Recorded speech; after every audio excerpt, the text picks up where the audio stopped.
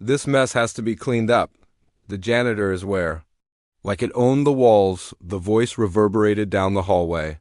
A coffee stain was visible on General Marcus's dress blues as he stood there, and his voice was growing irritated. Officers hurried by him in an attempt to avoid his frown. Elelenina turned silently along the hallway, mop bucket in hand, her dark navy coveralls neat but unimpressive. Nobody gave it a second glance. She didn't exist. The cleaner. Background noise in a powerful skyscraper. And she really liked it that way. She cleared the coffee trail outside room 47B, one of the Pentagon's numerous restricted doors, in a rapid yet stealthy manner. Her presence was not intended. Although the stain had been reported and regulation was rarely followed on floors, cleaners shouldn't be near secret briefings. Tension was strong in the briefing room. Around a lengthy table were high-ranking officials from several different nations. There was an open classified folder with unintelligible contents. "It's useless," moaned one officer. 3 half-handwritten dialects. "Instead of a guess, we need a linguist." Someone else mentioned that the translators were delayed in transit.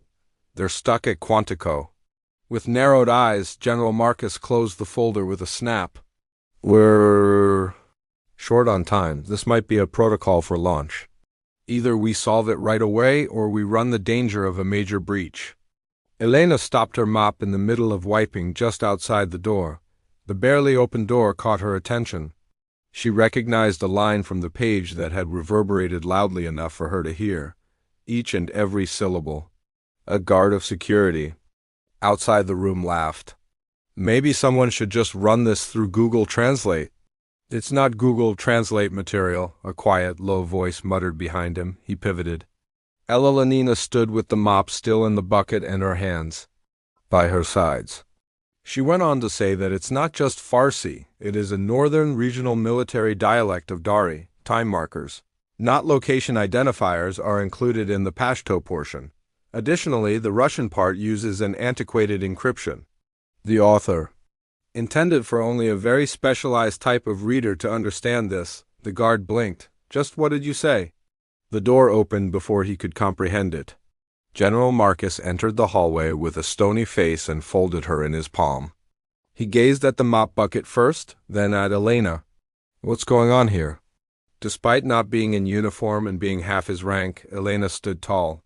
"Sir," she continued, "I can tell you exactly what that file says if you give me 10 minutes, a pen, and silence." "In less than 90 minutes, your intercept window will close," he scowled. "Additionally, you are civilian contractor Elena Strikov?" "I am listed as East Wing Sanitation's maintenance lead. Off the record, I have 7 languages and have worked as a NATO linguistics analyst. Up until 3 years ago, I worked counterintel. You left, but why?" "In Kandahar, my brother was KIA. I didn't want to be too close to the war, but I did want to stay near the flag." The general gazed at her for a considerable amount of time. He then gave the packet to her. Time slowed in the room. As she turned the pages and switched between languages without pausing, aides and analysts watched in startled silence. She accurately noted dialect changes and sketched out coded references while translating line by line. At the table, she clarified 2 previous CIA representative assumptions. She immediately filled her notepad. No hesitancy, no stuttering. Finally, she stated, "This isn't a launch directive. It's an intercept location on a map. Someone is attempting to use a fake signal to recover stolen satellite data. Are you able to identify the location?" She pushed the note over the table and added, "I already have." General Marcus glanced at her, then at the page, and finally back at the quiet chamber. "Why was her identity unknown?" he inquired. A youthful age changed uneasily. "She has simply always been present." "We didn't inquire." Marcus gave her another glance. "Really?" This time they looked. "You're more than just a housekeeper." "No, sir," she answered. "I'm a person who listens." That following day, they granted her complete clearance. A desk, a seat at the table, and her own badge. However, Elena never requested recognition or a promotion. The following morning, she came back wearing the identical Navy coveralls, continued to move like a ghost through the hallways. She continued to carry her mop bucket. However, individuals suddenly stood a little more erect as they saw her approaching. They gave a nod. They were aware that the person with the folder isn't usually the sharpest person in the room. Nobody ever considered asking that question.